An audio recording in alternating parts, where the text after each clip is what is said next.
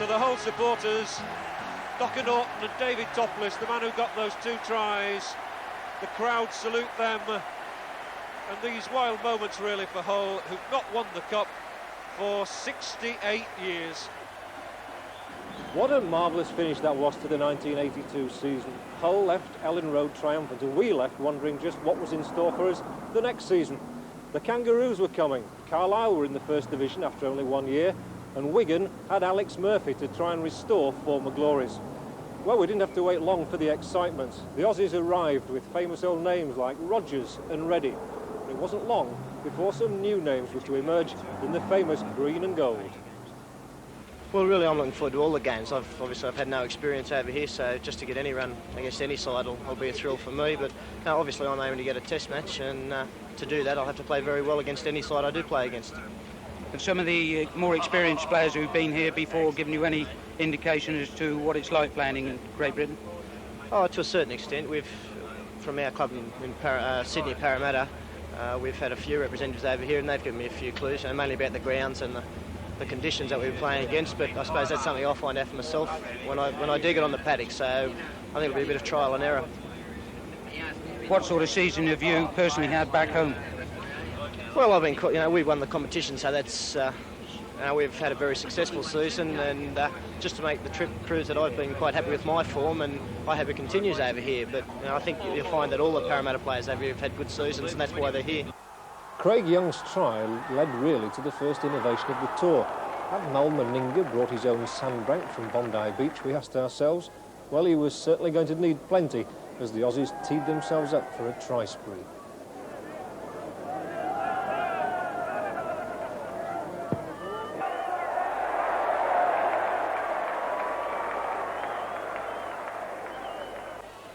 Come out on the Australian side, Peter Sterling. Oh, he's broken clear. Can Clark get him? No, he can't. He's pushed him off, and he surely must be in for a try. What a superb try by the little number 7.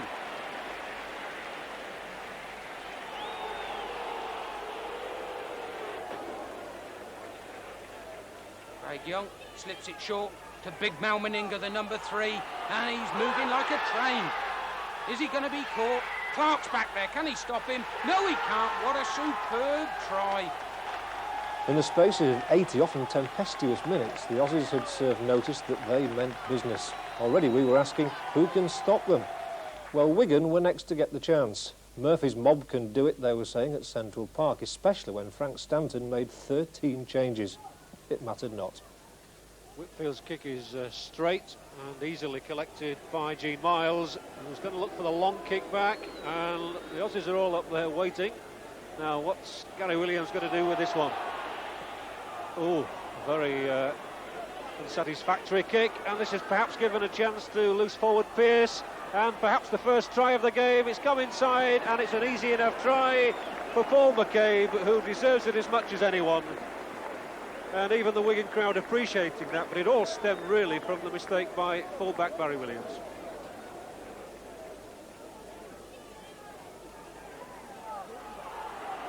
Oh, and a great chance for Campbell, who's got through. Henderson Gill, can he get to the line? He can! Great try by Gill. Campbell made the running. Gill squeezed it at the corner, despite the 2 Australians tried to knock him almost out the ground. Alex beaten, but far from disgraced. Quite pleased with our lads tonight. I think they've put a tremendous performance, and they've competed to the end, which is must be very heartwarming to the English electors to see that we can beat the Australians if we go and take the ball to them. You could in fact have snatched it at the end. Well, I think if the man in the middle had been a little bit more kind to us for the game, I think we could have won the game, but they played well and they're not a bad side.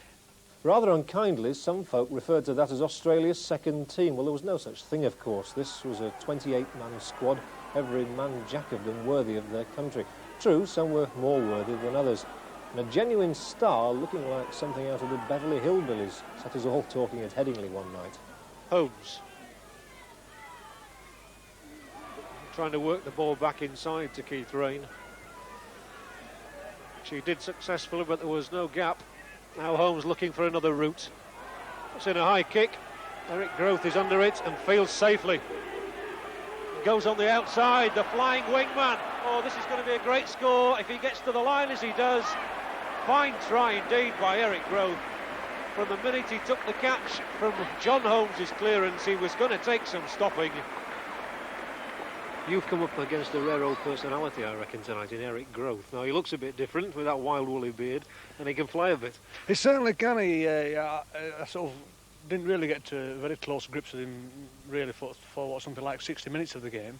But then Johnny Holmes kicked a nice ball to him, you know, and he got lots of room to work in. Well, of course, he went down on my right-hand side, and I don't think he sort of moved about 2 feet from the wing on a straight line, and he got a very impressive try.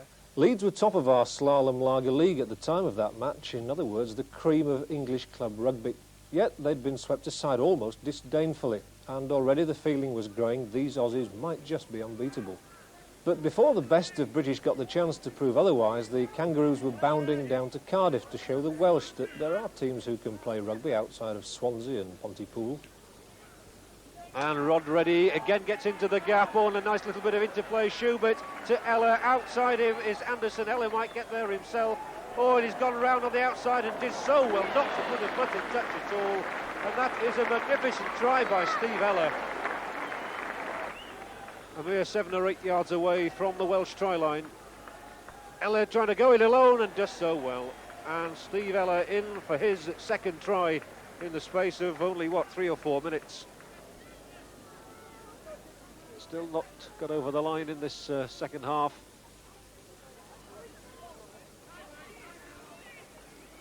Which, of course, the Welsh best spell in the first half was in the opening minutes. Ready, this time Ella is in for his hat-trick. And Steve Ella really underlining his test claims, no question about that. He skipped through then without any trouble at all and in for his third try of the afternoon.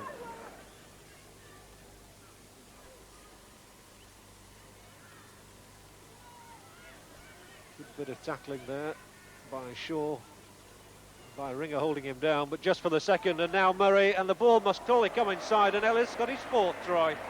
After that 37-7 mauling, Steve Fenwick, Brynmore Williams, Tommy David all had to admit that as British Lions they'd never come across such formidable opposition.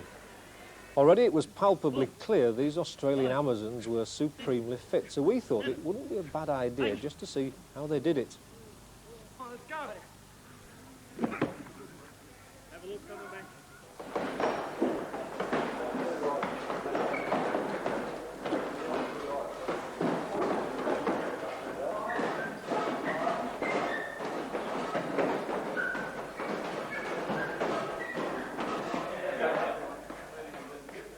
It would be enough to make some grown men weep. I know I certainly winced. But here was a team on tour dedicated to one common cause, the winning of the Ashes. First thing we'll be doing will be announcing the test team. Number 1, Greg Bretnell. Number 2, Eric Grove. Number 3, Mal Meninga. Number 4, Steve Rogers. Delight for some then, like Kerry new boys Burstead. Peter Sterling and Wayne Number 6, Pearce. Brett Kenny. Number 7, But Peter disappointment Sterling. for others, G. Miles and Craig Wally Young. Lewis. So what of our own hopes? Had the British selectors come up with the right names to do the job? Well, we're looking for a very, very solid performance because in the last few series we haven't had, a level. And we're looking for a very, very good team performance from the side. And if we can get the springboard from that, I know we'll do very, very well on Saturday, but we're looking for an overall team performance, one that the supporters, because we're going to have tremendous backing at Hull, can be proud of. Grillage, bobbing and weaving. Rod Reddy throws a long ball. That's Price. Now Meninga going through. He's got boosted outside him, but he goes on his own. What a try. First try of the game, and Australia go into the lead.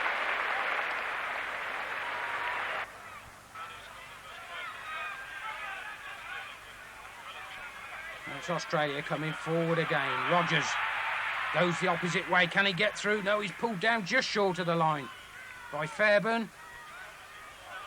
Still Australia possession. Sterling takes it from Price, gives a return, and Price is going to be in. What a well-worked try. Ray Price, the loose forward. And Australia go into an 18-4 lead. So once again, the green tie comes forward. Pearce breaks forward. Gets it inside to Kenny. Drummer misses his tackle and Kenny's going to be over for a try.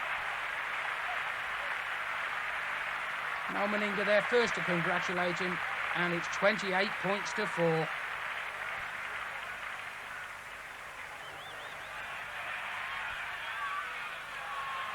Kenny. Rogers drops it. Kenny picks it up. That was fortuitous.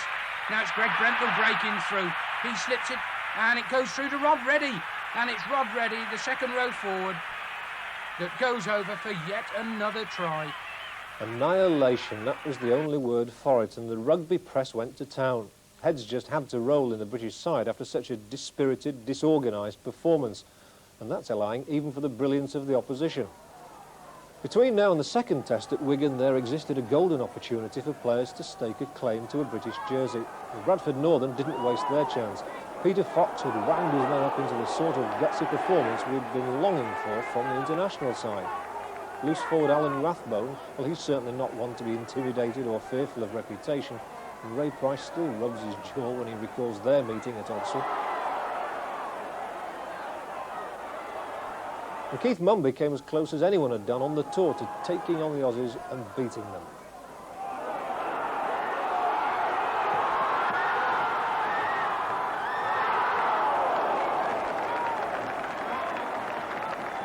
But at the end of the day, the Kangaroos preserved their unbeaten record, although this effort, which did deserve a try, didn't count.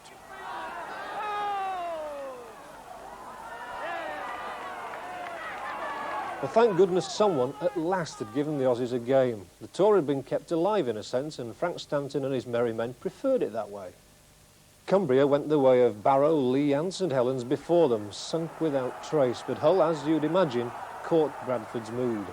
On a far from pleasant evening at the Boulevard, they made life for the Aussies very unpleasant. The Australian tackling there exemplary. But still Hull driving at the line, the little chip through. He's there! It's a try! For Hull, right on the stroke of half-time. And that's a brilliant try from David Topless, which puts Hull into a 5-point lead with power to add. Brooks, 7-0. And for the first time on this tour, Australia are up against it. Sterling's had a superb second half, he really has. And I think he'll cling on to his test place all right, despite Mortimer's claims. Now Krilic back inside for Reddy, and Reddy still going. He's been superb too. Rogers has Growth outside him. Can Rogers get in? With his brute strength he can. Eric Growth and the Australians leap in the air. They know that that could well have sealed it. By now, this had become the most successful Australian team ever to visit Britain. So, two questions remained. Could they go through the tour invincible? Or could we produce a miracle and find a team to snatch the series? Well, it wasn't long into the second test at Wigan before at least the second of those questions had been answered. Kenny, and he gets the ball away back to Pearce. Now Growth, and he's got 2 tackles, but he's over. Eric Growth, what a wonderful try. But he looks as though he's picked up an injury there, but he's got the try, and that's what counts. So the Ashes were on their way back down under, and who could deny that that was their rightful place? So again, the selectors were in for some head-scratching to find the unlucky 13 who would have the task of preventing a whitewash at Leeds in the final test just 8 days away. In between, Widnes were given the equally unenviable task of becoming the last club side capable of pouching a win against the Kangaroos. On a wet and wild evening at Widnes, the boot of Mick Burke gave faint hope. Ray Price, sitting alongside me in the commentary box, was yearning to get down onto the pitch and help his struggling colleagues. Yeah, I hope they don't give him any more shots from there, but Widnes have started the game off very well, so they're going to be hard to keep out, but I'm quite sure Australia can come back. The Aussies came out for the second half with their ears ringing from the coach's lecture, and then encountered a problem of a very different kind. Meanwhile, the Widnes players are getting so cold there running around, trying to keep themselves warm. The Australians are quite bemused by this. That's what they wanted. They wanted a cheer. I hope they don't want an encore as well. If Australia would love to get another try now, and they might well get it here. Oh, what a powerful run, and what a magnificent try that one is by Steve Rogers. That's the try of the night, really. I mean, he showed tremendous thrust and power there in fighting off those tacklers. There's a little bit of argy-bargy going on behind the trial, and there's no reason for that, because that, for me, was a class centres try. And so to Headingley, the last opportunity for the British to salvage some pride. Wholesale changes had been made yet again. David Topless was flown back from his Mallorcan holiday to lead the team. But was anything going to stop the all-conquering Kangaroos going home with the perfect record, unbeaten? Pearce to Sterling. Reverse ball to Rod Reddy. Pushes off the tackler. Gets it to Pearce, and he's quick. He's strong. He gets it back to Rod Reddy, who's quickly in support. Now John Rebo going through. Is it a try? It is. John Rebo's over. 9 points to 5. The man that scored a lot of points against the club sides, in for his first test match, gets a try. Max Krilich. Pearce once again bursts through. This is good stuff from Australia. Kenny to Maxi Krilich. Has he got the legs? The skipper, will he get his first try of the tour? He does. And all his players come and congratulate their skipper. Brilliant stuff from Max Krilich. Great Britain are down to 12 men. But they come forward now. And it's out to Evans. Kenny comes across, but he scores a try. Now, this is one of the few tries that Great Britain or any of the club sides have scored. It's certainly the first for Great Britain. What a good try it was. Here we see Evans confronted by Brett Kenny. A good tackle, but the power and the speed got him over. Crane knocks it short. Clever kick, but that's picked up by Wally Lewis. Lewis picks it up, sells a dummy, and he's broken clear. This could be another dramatic try. Kenny got two people to get by, but he's got by them. 30 points to 8. And this was wonderful play by both, first of all, Wally Lewis. Good control play. You can see he looks for support, gets it from Kenny, but he's still got 2 players to beat, and he's very clever, and he gets over. 30 points to 8. Well, the 1982 Australians are now part of rugby league legend, and many lessons can be learnt from their approach and application to the game. No one was keener to learn than the Rugby League's Director of Coaching, Phil Larder, who came to Tel Vista to speak to Australian coach Frank Stanton. Were you very disappointed with the performances that Great Britain put up in the 3 test matches? Well, disappointed in the sense that we were happy to win, of course, but we expected a much stronger effort from the first test team in view of all of the advanced publicity we had of the training schedules that they were doing and the attempt to match us at fitness levels. We expected a much stronger effort, and in that sense we were disappointed we didn't get it. The second test team was a little bit stronger, but I felt that our fellows really showed their class on that day. I thought that was one of their better performances. Yeah. And it would have been difficult for any team to beat them that day. Yeah. The third test team, I felt, from Great Britain was the sort of effort we expected from a Great Britain test team. There was a bit of fire and a bit of pride, and probably it was only our higher fitness levels that allowed us to assert our superiority in that game, and you did have somebody say. Yeah. So perhaps there you're being a little critical of the team that was selected to play in the if I've got to be critical, we were amazed at the number of tried and tested players that were continually chosen. They'd been tried and tested before and found wanting, and they're continually put back in. And this is hard for us to accept when at home we're promoting young blokes all the time. And they're getting their go. And there's a lot of young players here with talent. And you think they should have been selected earlier? I think that there should have been. It's difficult. I think it's almost impossible to impose some of those training programs that you had for at Carnegie on 38-year-old blokes. Yeah. Good point. What do you think our chances are then in '84? If you were quite happy with our performance in the third test, perhaps we've learnt. Do you think we've got some chance of success in? I'm sure, and I sincerely hope so, because rugby league is all about strong test games between Australia and Great Britain. Forget the other nations. Rugby League is about a hotly contested test series between Australia and Great Britain. And unless we have that, the ultimate incentive for rugby league players is going to die, and we're going to have a sort of a professional circus. Yeah. I would think that Great Britain would give Australia a very strong go if they prepare and get a squad of young players now and prepare them and play them games at top pressure. You know, So you think we've got to start playing younger players, and we've got to start creating this pressure for them by having representative fixtures, Yorkshire versus Lancashire, and those sorts of games, and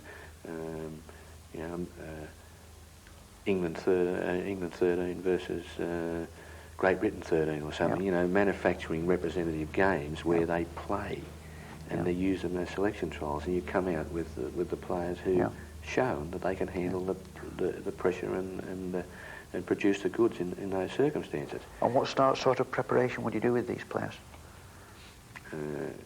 In what regard? Well, would you start doing fitness work with them as a squad during the summer? Well, that's got to start somewhere. But the game's all about the use of the football. Of course it is. And I think that's the sort of thing that and getting used to the bloke you're playing with and knowing him and being that's second what was nature. missing perhaps in the preparation last night. I think that's what it's all about. Yeah. And once again, the only way you can test that is by having games. Yeah. Playing together. So you make the training far more geared to rugby league. Yeah. Producing what you've got to do on the weekend. And then give them fixtures. Thanks a lot, Frank. So the Aussies were gone, having left many memories of a famous tour. But where was our game now? There must have been much heated discussion in this council chamber at Rugby League headquarters. Some said the English game had been left in tatters, that our season was dead, because everything would pale by comparison. Well, the Slalom Lager Championship was still in its early stages, and the team to catch was Leeds, who'd got off to a real flyer. And when our cameras were there, proved unmerciful against First Division newcomers Carlisle. John Holmes. Dick. John Holmes again. Goes inside to Davy Ward. Rain. Still going. Finally stopped by Morgan. Kevin Dick. Long ball out to Wilkinson. Can he get over? He does. Ian Wilkinson opens the scoring for Leeds in this second half. Keith Rain there brought down, but still Leeds possession. Pitchford picks up. Goes forward. Dave Ward still going. Rain. Wilkinson. Still Wilkinson. Can he get through? He's going through for a try. Great try for Wilkinson. Something out of nothing.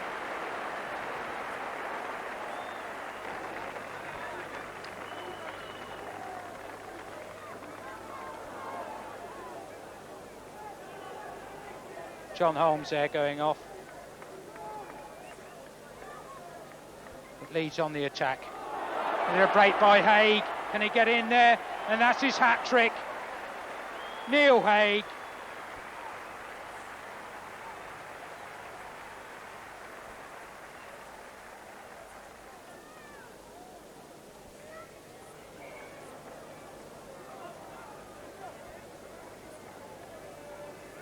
Leeds get the scrum. Kevin Dick going through, and he's through, and he scored.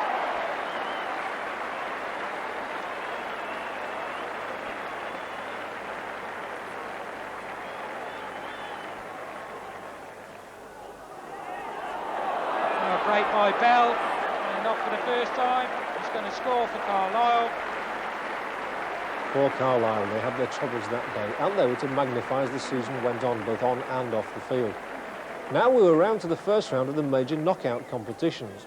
Hull had captured the Yorkshire Cup, beating Bradford Northern in the final, while over in Lancashire it was a Warrington triumph over St Helens. But the John Player final brought back to the big time the club that has always been synonymous with the very game itself, Wigan, led by Alex Murphy. They'd come all the way to face Leeds in their own city, but at Ellen Road. And on the eve of the game, we dropped into the training sessions of both teams. Alex, you're in good voice, I can tell that.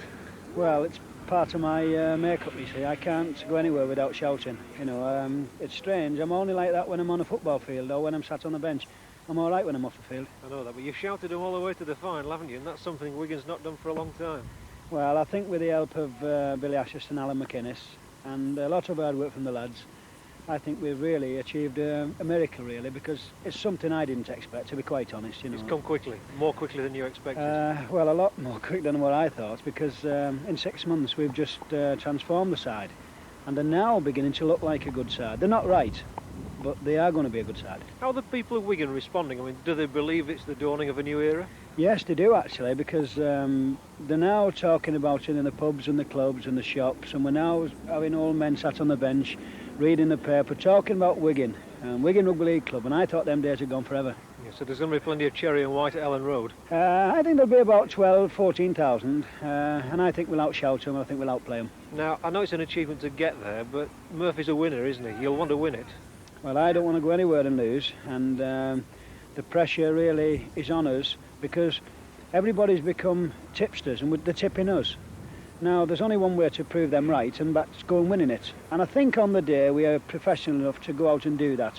They're only kids. They'll not be overwrought. They'll not be overconfident. And I think we'll just check the game as it comes. And on the day, I think we'll do it. Jeff, this must be a bit heartbreaking for you, isn't it? Watching the training and not being able to be part of it. Oh, it's a big disappointment for me. You know, after we won the semi-final, I felt great. I've been in Wigan and I'm playing for Wigan. The opportunity of playing in a final for him was tremendous, and then doing this against Castleford, well, you can realise how I feel. The feeling there for me is just disappointment at the moment. But you'll want them to win, all right? Oh, I want to win. I want to win. You'll be cheering them on? Oh yeah, I hope so anyway. All right. They'll do well anyway. Let's move it. Yes, lads. Sure did. Yeah, stay up. Move it, Andy. Don't hang on. Robin, I'm sure you're looking forward to this one. The bookies are quoting Wigan as the favourites. Does that suit you? Yeah, it suits me. I'd like to be underdogs, but I think we were underdogs last year in semi. But it's always nice to go to a game underdogs, you know. The game against Featherstone last weekend, you were beaten here at Headingley. Do you think in some ways that might have been a good thing so far as this game is concerned, in that the players know where they're going to be complacent? Yeah, I think we were holding back last week for the final this week. It's just a thing that you come to expect from Leeds over the years, I'm afraid. But I think they'll last this week on the mind. Now, Wigan have obviously improved considerably this season. How tough do you think that they're going to turn out to be? Well, I think they're going to start the game very physical, try and soften us up a bit. We've played them once this season up here, and we played well, but we tackle them well. And I think we do our tackling right tomorrow at the right times, we'll win. John, as one of the more experienced players, if I can put it that way, in the Leeds side, how do you rate your chances? Very good. I think if we can take the one up middle for 20 minutes and keep them together in forwards, and after that slink ball about, and I think we can beat them in backs actually. Your coach said that defeat against Featherstone last weekend might in the long run turn out to have been a good thing so far as this match is concerned. Would you agree with that? Probably so. We played very bad actually last week, and probably had his mind on this week as well, so I thought we've just got it out of the system and we can turn it on tomorrow. Are you still as ambitious when you come into a big match like this one to win a little medal? Yeah, probably more so. I've won quite a few like, but it's always nice to get another one at College Hill.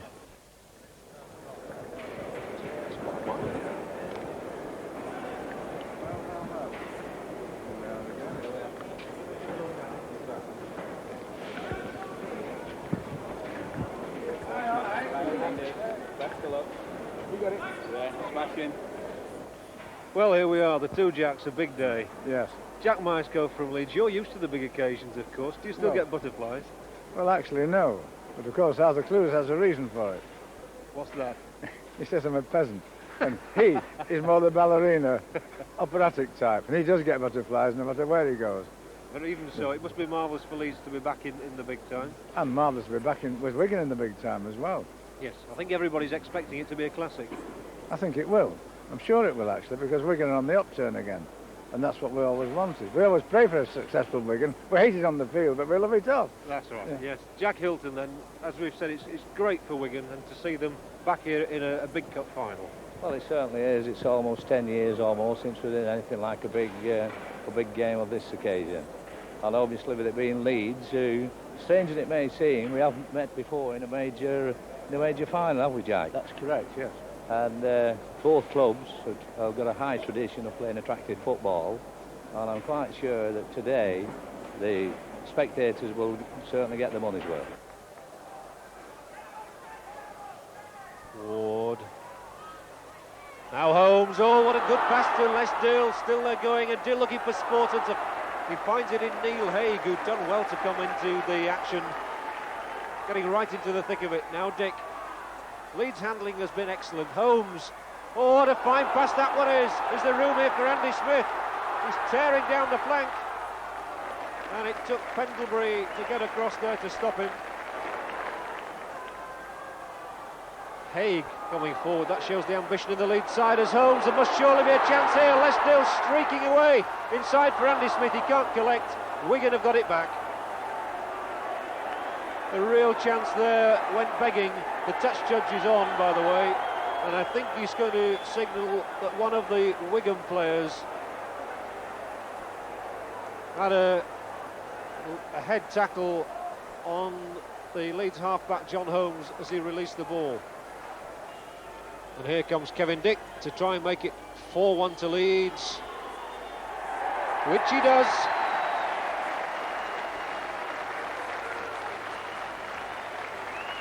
.33 minutes gone, Leeds 4, Wigan 1. Neil Haig did well to skip through the first tackle, almost getting to the 25. And knock on there against David Ward. A penalty as well has been given, so Wigan with an immediate opportunity here to get back into this game. You'll see the sand appear any minute now. Colin Whitfield really ought to pop this one over.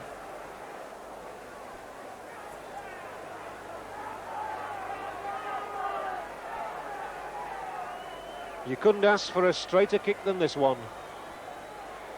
And here comes Whitfield. It's Plum. 4-3.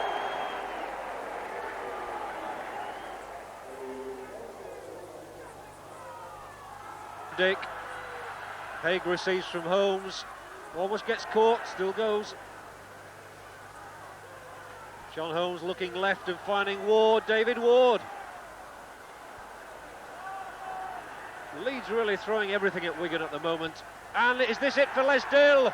I don't think he's going to be able to get over. He's on his back.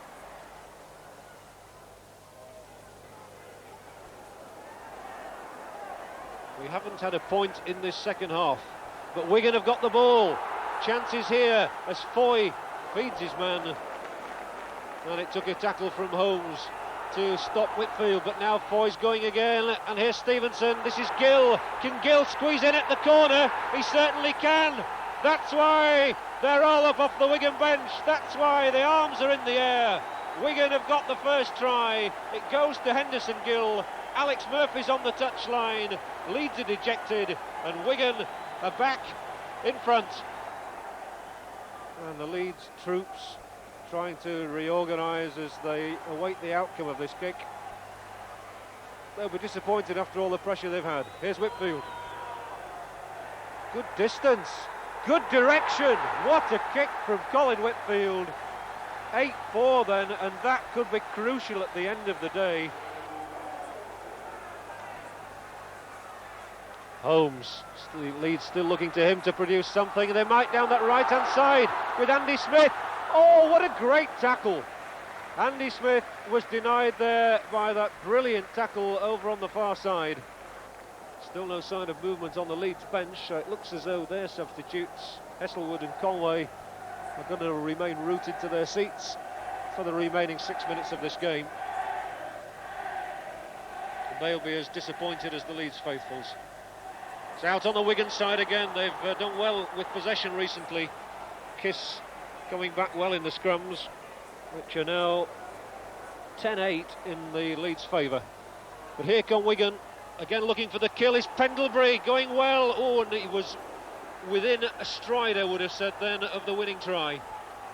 might still come. Campbell, Case, Brian Case almost powering his way across the line. We're looking for fairy tales now, but if it came from a man who was signed only earlier in the week, that would be expecting too much. Juliff is there! Brian Juliff has been on the field as a substitute for no more than 8 minutes. And it's Brian Juliff who wins the cup for Wigan. In fact, by the electronic scoreboard here, there's only a minute of normal time remaining. A little bit of injury time for Henderson Gill, perhaps. He, by the way, Henderson Gill, is now watching the game from the dugout. He came out a few minutes after going off to receive treatment for his injury, having scored that first try, which was crucial to Wigan. And there it goes, the hooter. Wigan, for the first time in their history, have won the John Player Trophy, and deservedly. No question about that. No wonder it says there, Murphy's Wigan Marvels. It's the Wigan fans who can cheer. So Colin Whitfield hoists the cup high to the crowd. There it goes. You'll hear them cheer. They'll be singing. They'll be drinking in Wigan tonight, I imagine. And it seems that one or two of them have already managed to snaffle a bottle of champagne. And as the players all go through to collect their medals, David Stevenson followed by Jimmy Fairhurst. Stevenson's turn to lift that trophy. Fairhurst, Martin Foy, Wigan's man of the match. And what great scenes here at Ellen Road. It may be a soccer ground, but the rugby league clubs have come to know that it provides the right atmosphere for the big occasion. Hull won the Challenge Cup here in May. It's Wigan's turn today. Henderson Gill raises an arm and he gets a colossal cheer. Henderson, well done. You said you were going to get a try and you made it. Yeah, well, you know, took some scoring, but I enjoyed it. It's worth all the pain I'm going through. Just tell us about that, because you were obviously left writhing in agony on the ground. Yeah, well, you know, as I got the ball, I looked across, I saw the gap, and then I saw the cover, and I said, well, I've got to give everything I've got. So instead of going right down into the corner, I tried to come inside a bit so they couldn't put me in touch. And as I went over, you know, somebody came across with knees, you know, it'll have been accidental, you know. And it just so happened that his knee caught me and, you know, I just felt the pain straight away. So Wigan had no peers in the John Player Trophy, and now we'd forgotten Meninga and company. The time had come for the Rugby League Challenge Cup, and as always, they drew up some appetising prospects. The tie we picked, and we were spoilt for choice, was Wigan against Castleford, a repeat of the 1970 final. Well, that seemed to have all the right ingredients. Unfortunately, so did the pitch. Frost and ice, a hard, rutted surface. And it was no surprise when, shortly after 12 o'clock, local referee John MacDonald announced no play today. There was only one thing left. Find another match. Too late to move the cameras, but a few of us did make the short journey up the M62 as far as Swinton, and we saw a thoroughly entertaining match in which Doncaster almost snatched what would have been the shock win of the day. Or would it?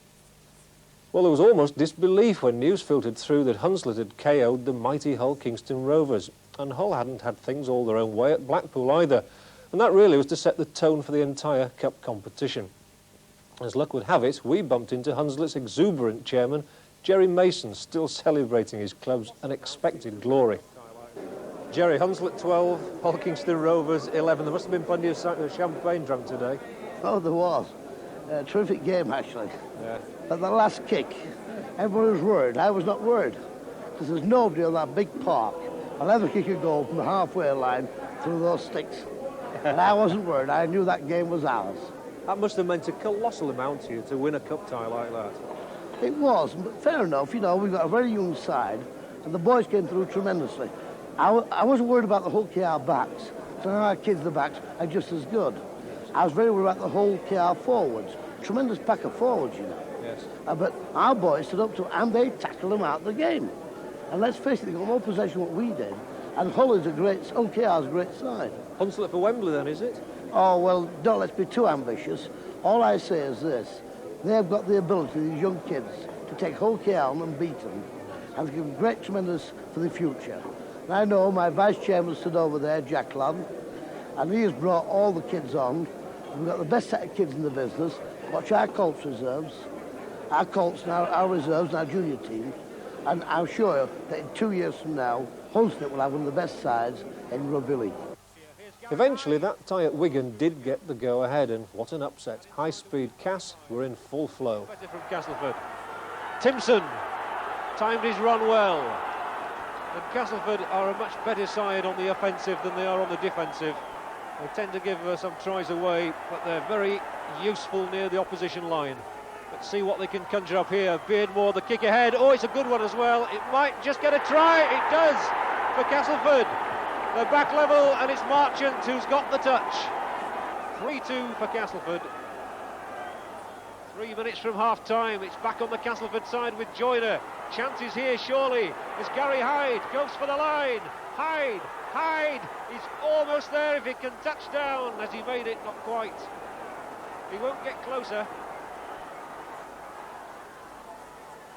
Back inside for Kevin Ward, who stretches and makes the Castleford players thump the air in delight.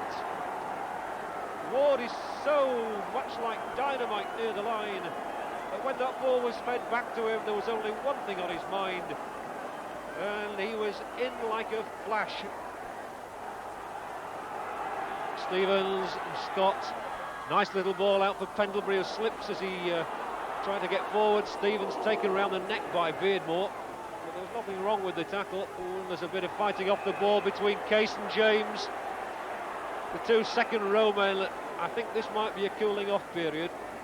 Stevens has stayed down from the tackle which was made around his neck by Beardmore. There was nothing wrong with the tackle, I didn't think. But Brian Case certainly took exception to it and managed to get himself involved with Neil James. And it looks to me as though Case may well have been sent off. He's certainly been dispatched towards the touchline, but he's standing there looking rather disconsolate at the moment. Now, is he off or is it a sin bin job? They're both off. They are both off. Neil James and Brian Case say goodnight to us. And out on the Castleford side, a chance here for Joyner. Down the middle he goes, and he's surely got Darren Cohen moving towards the line. Marchant is in for his second try. That could seal it for Castleford.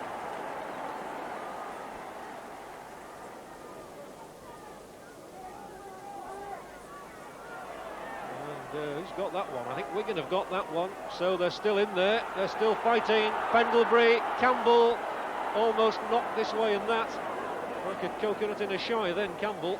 And trying to weave his way over. He's made it. And Wigan's dreams of Wembley are almost over for another year. Higgins.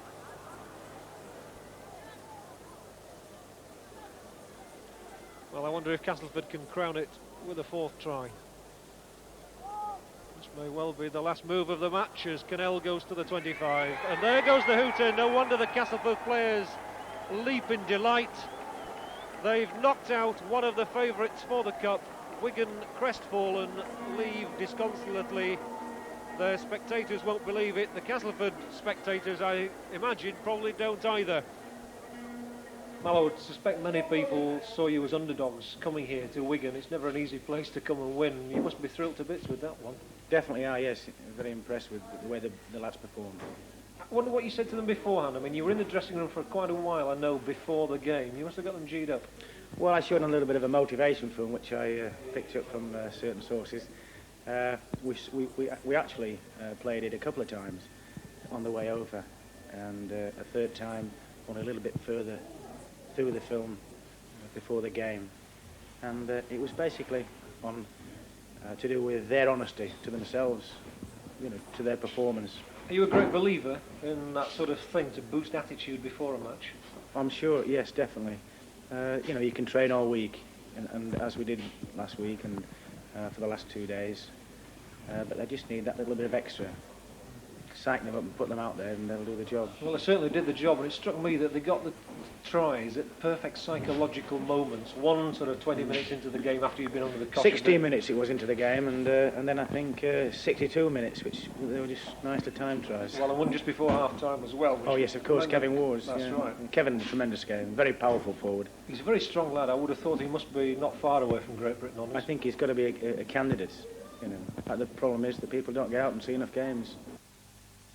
There was an outstanding win for Salford from the second division at home against First Division Leigh by 12 points to 5, and Warrington ran up 41 points against luckless Bramley. Leeds had a marvellous win at Widnes, 12 points to 6, but poor old Carlisle went down 52-0 at St Helens. Well, after all that excitement in a very unpredictable first round, the emphasis swung back to international rugby, and the selectors went for youth. And they were rewarded with a convincing victory across the Channel in France. So, naturally enough, optimism was high when the French came for the return at the Boulevard. In fact, the match was a debacle. Goodway trying to rip a hole in the French defence and looking now for support, finding it from his Oldham colleague Flanagan. Oh, and here's Myler from Widnes. Oh, what a good break by the Widnes standoff half. Tony Myler going for the line, still going, turning back inside, looking for support. And surely Britain can get something out of this now. So the ball comes back to Ronnie Duane. Oh, the Warrington man's going, he's in. His first try in international rugby. And he's pleased about that. Noble, acting half-back. Gregory trying to work the little movement there. Here's O'Neill, Gregory once again. Flanagan, Owen Smith from Featherstone, the substitute, going straight for the line and straight under between the posts. There'll be no more popular try than that.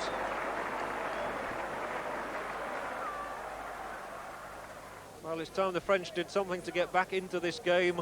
They really haven't managed to bring their three-quarters into it as yet, but they have now, and here's Salal, the big man, the raw-boned winger who is turning Mumby inside out like a corkscrew and going for the line, and what a fine try by Patrick Salal. He's a right to be pleased.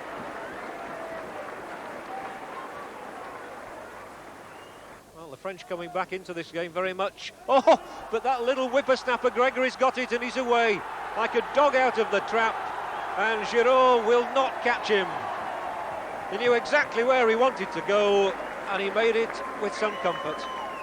Well, those were the only legitimate moments from a highly forgettable match which provoked more comment about the New Zealand referee's performance than anything else. But now back to the State Express Challenge Cup. Could there be more shocks, or was that asking too much? We chose to go to Leeds to see old adversaries St Helens, and we were rewarded with another cracker of a tie. St Helens have made a good start here. This is Grimes plunging for the line, not quite making it. But they're almost like vultures gathering for the kill, and here's Holding, the scrum half, going for the line. He's found the gap. Neil Holding is in, and the Leeds defence must ask questions about themselves there. Still St Helens very much in the ascendancy as Pinner gets that ball away. There could be a try here for Gary Morby. The former Keighley man raises his arms in salute, and St Helens have got their second try. They lead 8-0. Now it's time Leeds did something as that ball is switched out to Campbell. Oh, he's done quite well down that flank. Oh, and the ball coming inside to Mark Conway. The first Leeds points here, surely, as Conway gets his name on the try sheet, and Leeds are back in it.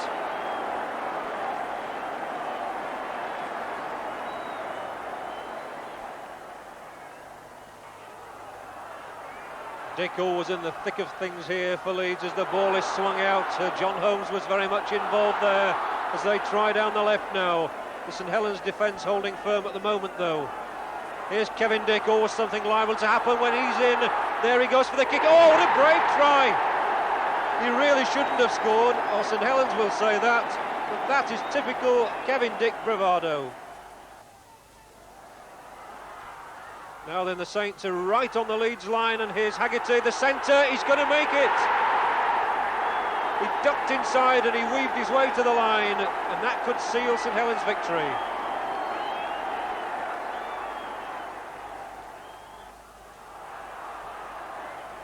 Well, it really is end-to-end. It's a tingling cup tie, this one, and Leeds will not feel they're out of it yet. They're still hammering for that line with Kevin Dick. He never gives in. 18-10 it is now, and Burke's there, it's 18-13. Tony Burke, there was no holding him, and Leeds are right back in it. Well then, what can the Saints do now? Not long to go as that ball is switched back to Haggerty, who got the last try. He's got another one. Oh, he's happy, and that surely means that St Helens are through to the next round of the Challenge Cup. Roy Haggerty, the man of the moment. Roy, a great personal triumph for you, that getting the 2 tries at the end really clinched it. It was, yes. Like the lads come out, and once we started off the first half, I knew in a way we wouldn't lose. Like the main job was tackling, and we did that. We tackled them out of the game, and then we come strong at the end. You know, like at the moment we're having a good run because we're trading hard. We're more fitter now than what we've ever been. You look a very confident side to me. Yes, the spirit's there. Like I'm saying now, the spirit's there, and I would say we'll take some beating, whoever we meet. Did you think your first try was the one that really sealed it? I thought to myself, once I got that, I thought Leeds, their heads are down and that's it. But they come back strong when Kevin Dick scored, and then it was hard work from there again till I got the second one, and that was it then. They died. How did you feel when you went over? Made off. So Hunslet had done it again, and now there was really talk of a giant killing in the air at Elland Road. Halifax had been beaten, and another home draw against Castleford gave Paul Daly's side a genuine chance to reach the semi-finals. And the penalty to Hunslet. And they're running it. Smith. And perhaps that wasn't too well advised or well thought out. But we'll be saying something different if Peter Rowe gets near the line here. He's running well. Here's Wolford flinging out a long pass, and he's evaded his marker. Oh, what a good run this one is. Well, Brian Morrell, the former Leeds man, skipped inside 2 challenges. And Hunslet must be considerably encouraged by these last 5 or 6 minutes play. They'll be thinking now if only they can heal the ball from the scrum. They have done. King.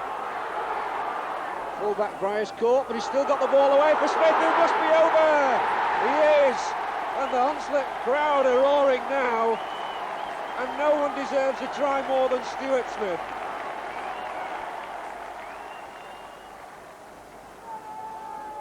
Good long pass out, now Joyner, and there must be surely a chance here for a Castleford try. It's Marchant in at the corner. It's Castleford's turn to cheer. And that try really has been on the cards for the last 5 or 6 minutes.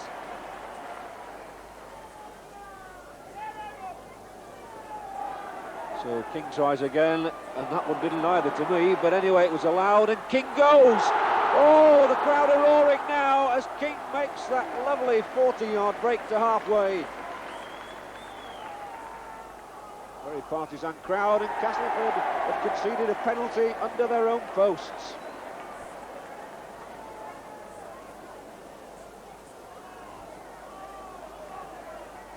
Fitzsimons goes for the drop. He's hit it cleanly this time, and Hunslet are back in the lead.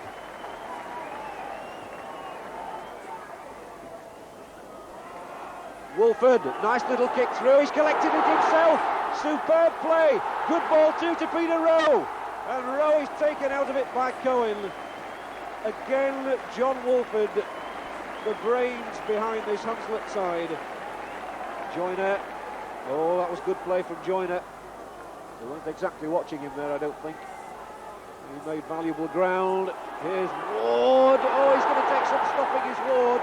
But they have done. Oh, you could hear the roar there as the Castleford people got to their feet.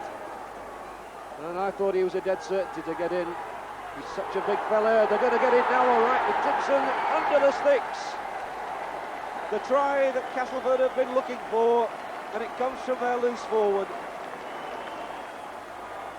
Hunslet's last chance, perhaps. 2 minutes left. They're in possession. They really have to make progress towards that Castleford line in quick fashion now.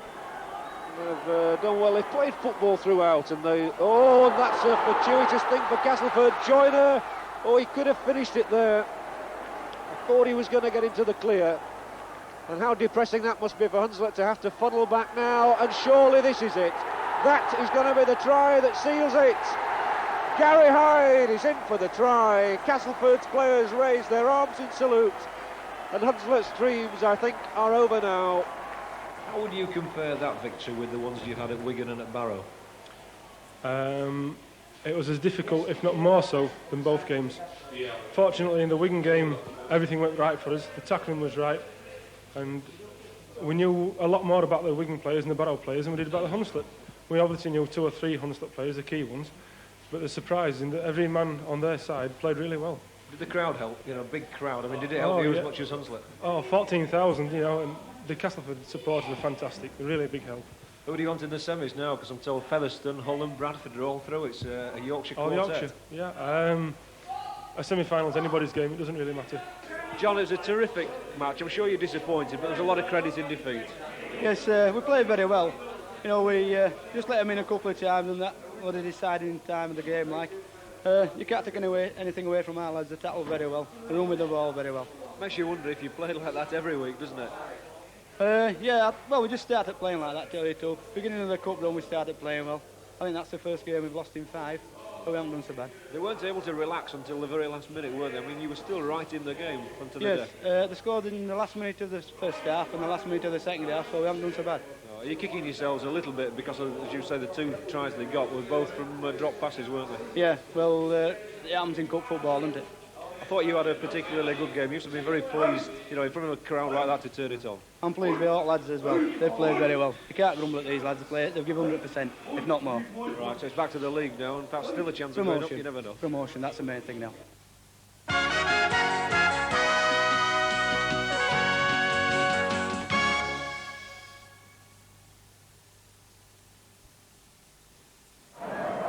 So, just seconds to go here at Headingley then. The ball's in the scrum. Kevin Dick at scrum half, putting that ball in. The scrum wheeling all over the place. Goodness knows where the ball has gone. I hope nobody swallowed it. And Dick himself looking a bit perplexed. So is referee Fred Lindop. He really can't make it out. Perhaps our cameras can though. Oh, he's reading Open Rugby. He's got his own copy, and now they're all reading Open Rugby.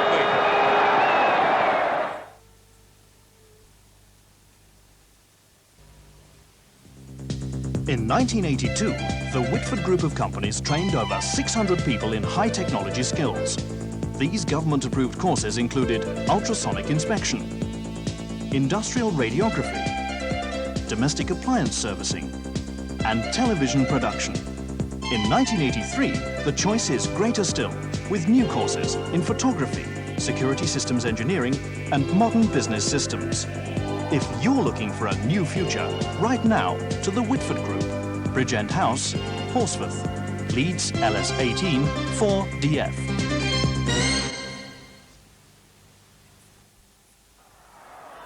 Telvista Television captured the very best of Rugby League action both on and off the field.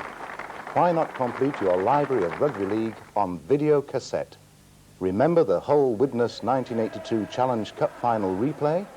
Oh, the put in by Gregory was unorthodox. That came out on the whole side. A real chance. Oh, if Topless scores here, it'll be a brilliant try. He's stretched out and he's stretched far enough. That was brilliance by David Topless. Relive the epic battle at the Boulevard between Hull and the all-conquering Kangaroos. And Reddy still going. He's been superb too. Rogers has Growth outside him. Can Rogers get in? With his brute strength he can. Eric Growth and the Australians leap in the air. They know that that could well have sealed it. Hull are featured again in the 1983 Challenge Cup semi-final against Malcolm Reilly's Castleford. Luluai, he's broken clear. Fullback comes across. What a beautiful move by Luluai. What a wonderful try. Oh, what a wonderful try by James Luluai. The 1982 Kangaroos Tour of Great Britain is the one programme any rugby league fan must have. Pushes off the tackler, gets it to Pierce, and he's quick, he's strong. He gets it back to Rod Reddy, who's quickly in support. Now John Rebo going through. Is it a try? It is. John Rebo's over. 9 points to 5. All these exciting programmes are available now from Telvista Television, 248 Meanwood Road, Leeds, LS7 2HZ.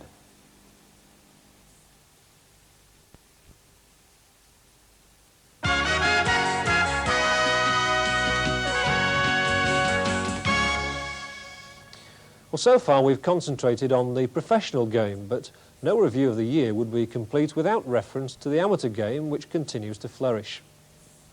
Telvista's cameras were at McLaren Field, Bramley, for the Barley Youth International.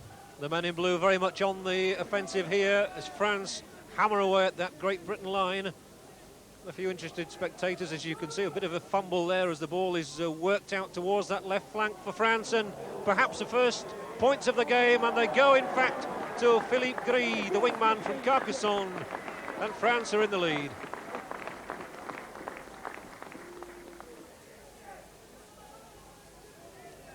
Well, again, it's the French who are calling the tune at the moment as that ball is worked out there. Good piece of play by Rosé. And now Perez. And Perez surely gets the second try for France. He took the flag with him, but it's 3 points. Now, at last it looks as though Great Britain may get something here close to that line as the French referee keeps a very close eye on things. Here's Schofield, the captain. Oh, he's found a way through himself. He went right, he went left, saw the gap, and a well-deserved try for the British captain, Gary Schofield. You must have been had some consolation with the attendance here today. It's not a particularly nice day today, but it seemed well over 1,000 people here Yes, today. It was a very, very good attendance. We'd had a lot of publicity. Our friends in the mass media supported the game admirably. A good crowd, we had a good atmosphere, but unfortunately we didn't deliver the goods on the day. What do you think were the problems with the Great Britain side? Because I know you were thinking that they could produce the goods today and put in an impressive performance. Well, I think initially they didn't get on top from the word go. They didn't show the necessary fire. They didn't show the football ability of which they were capable of. I mean, we'd had 6 practice games and played some outstanding football in them. The training had gone very well indeed, and we were playing 13-man rugby. But it wasn't 13-man rugby today, apart from the isolated incidents. And therefore, we've got to go back to the drawing board and put a lot of work in with the coming tour ahead. The Cup semi-finals had developed into a private affair for Yorkshire. For the first time in 10 years, the Red Rose had failed to produce a team good enough to reach even the last 4. Featherstone Rovers, so often the surprise packet, added Bradford Northern to their scalp list, despite the try of the season from Northern's Ellery Hanley.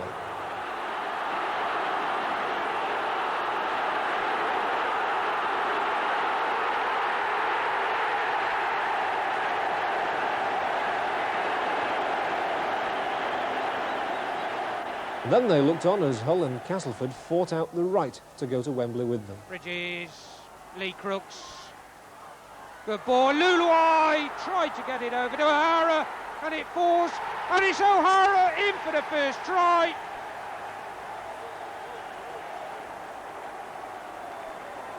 Lee Crooks, Charlie Stone, Luluai, he's broken clear. Fullback comes across, what a beautiful move by Luluai, what a wonderful try. Oh, what a wonderful try by James Luluai. Well, that was fantastic, and the whole crowd appreciate that. They look very good in it when they're in possession. Topless, Norton, Crooks, Norton again. Harkin breaks.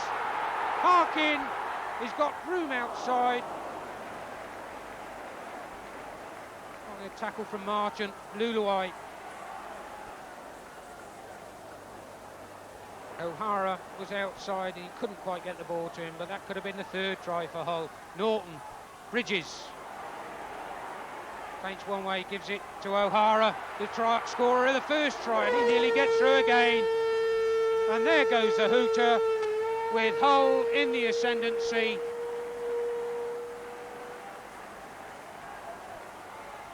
Joyner. James is downed. Had to be a scrum down and chance for substitution. And David Topless comes off. He's had a torrid game so far. Off he comes and on goes Terry Day.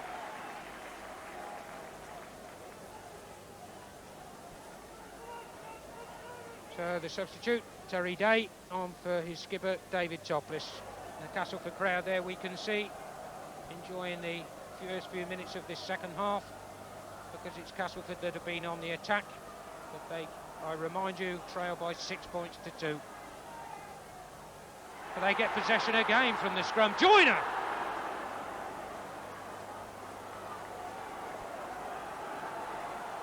So pressure on this whole line. And England goes through, and England has scored. He took 3 defenders with him. And that's what that crowd have been waiting for. Charlie Stone, 5 yards from the line. Harkin, Day, and he clips a ball through, and it's a try! What a superb try! Steve Evans, and that was a beautiful ball through from Terry Day to substitute, and Steve Evans was on it, and Hull go into the lead with this kick. If it's successful, it will make it 11-7.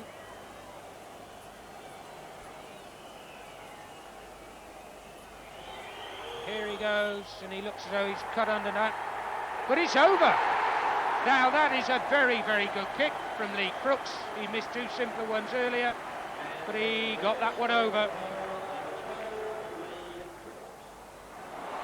And once again, Hull get it. Luluai, Kemble,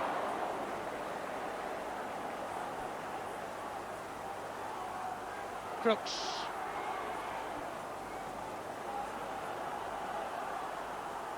Norton, Day, and he's there. Substitute Terry Day has surely put this semi-final beyond the reach of Castleford now. We were worried right throughout the game because Castleford have tremendous talent, and they were showing it in the game.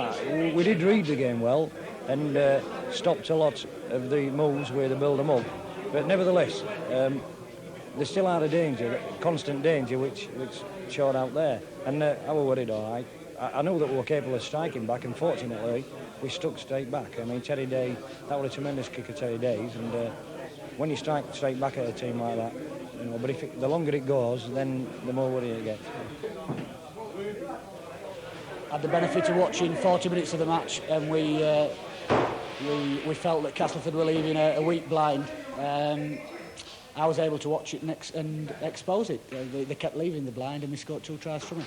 I don't think I'd have come off if they hadn't been a lad as capable as Terry, really. You know, I just got one last knock and my legs had just completely gone, and I thought, you might as well get a fresh man on, knowing if I had to go back on, you know, quarter of an hour to go, I could have done that. But I had one too many knock and my legs had completely gone. They've been turning on some superb football, and they've known all along that the double is available to us. It's up to us, and I'm sure they'll be going out on Monday against Castleford. Hull KR next Friday. If we win those 2 games, I think we can safely say that the championship is nearly ours. So it was to be Hull and Featherstone Rovers for the Twin Towers on May the 7th. Meanwhile, back in the league, Hull were still setting their sights on their 2nd trophy. Remember, they'd already won the Yorkshire Cup.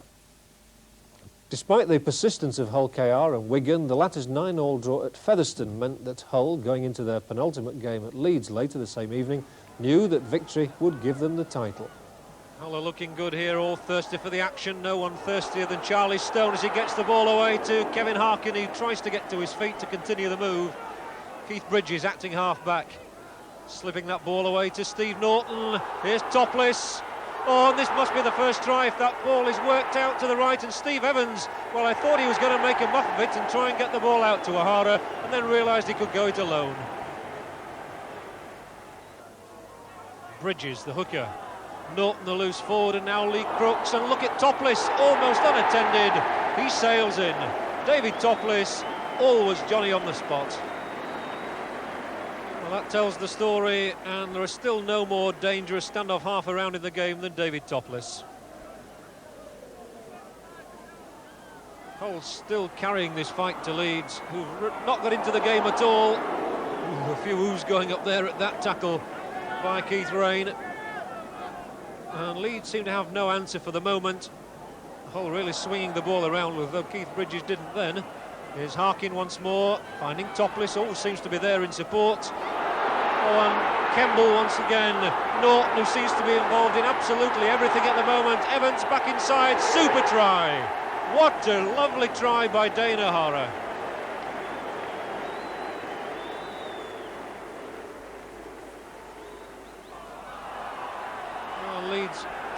very hard to get anything out of this game at the moment as Hull continue to throw the ball around with Norton. And again, it's Kemble going like a colt. O'Hara so sharp in these situations, coming inside and using his footballing brain there. And it's Norton once again. Steve Norton's having a magnificent start, and how on earth he got through 3 or 4 Leeds defenders there, well, perhaps only they know. Stone. Exciting, exhilarating rugby this from Hull. And they've really got the bit between the teeth. They know the championship is there for the taking. Skerritt this time. Oh, he could make it himself. Oh, he was an inch short, really, of getting that ball away in the tackle. And you feel as though they're almost queuing up to score. Oh, it's Paul Rose driving for that line, falling to the tackle. But the inevitable feeling here must be that Hull are going to get more points. Little kick through by Crooks, didn't work. Perhaps it will now. Oh, and how fitting. Steve Norton gets the try.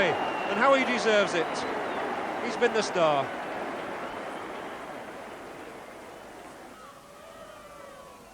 Well, David Ward hasn't given up yet. Good bit of jugglery there. And the hooter goes, and what a satisfying first half for Hull. 18 points to 0 they lead, and with that final scoreline from Featherstone, of Featherstone 9, Wigan 9, Hull know the championship is surely going to be theirs. Holmes. This looks better from Leeds. Getting into the game a little bit more now. Certainly been a better second half for them. They never got into any sort of gear in the first. It'll be Conway at acting half-back, looking to set something up as they switch the ball to the right. Oh, this is much better. Coming up in the line is the full-back. Oh, and what a moment! What a moment for young Mitchell, the trialist winger who only joined the club this week, and scores his first try. Now then, can Conway add the goal points? It looks good, he's curling in, and 2 points for Mark Conway to go with Patrick Mitchell's try.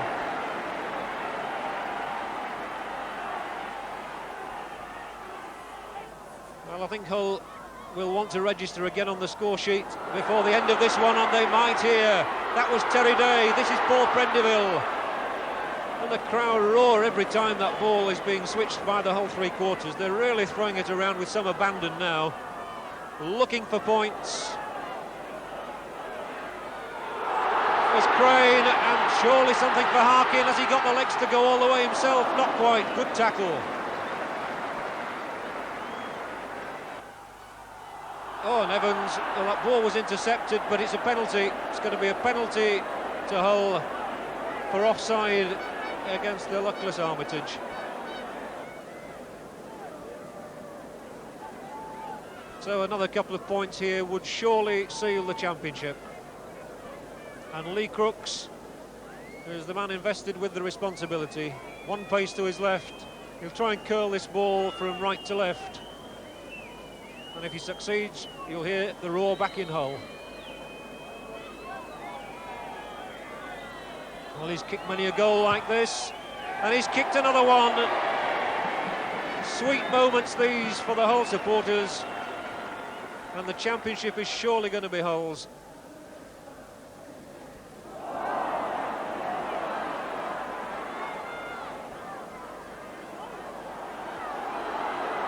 Banks. Again, it's that man Campbell who's been a real thorn. Nobody's been a bigger thorn in the lead side than Knocker Norton there. And that's it, it's all over. The Slalom Lager Championship surely now must go to the Boulevard, barring some very strange mishap there on Sunday when Barrow will be the visitors. And that was that. Hull confirmed their championship by beating Barrow 4 days later.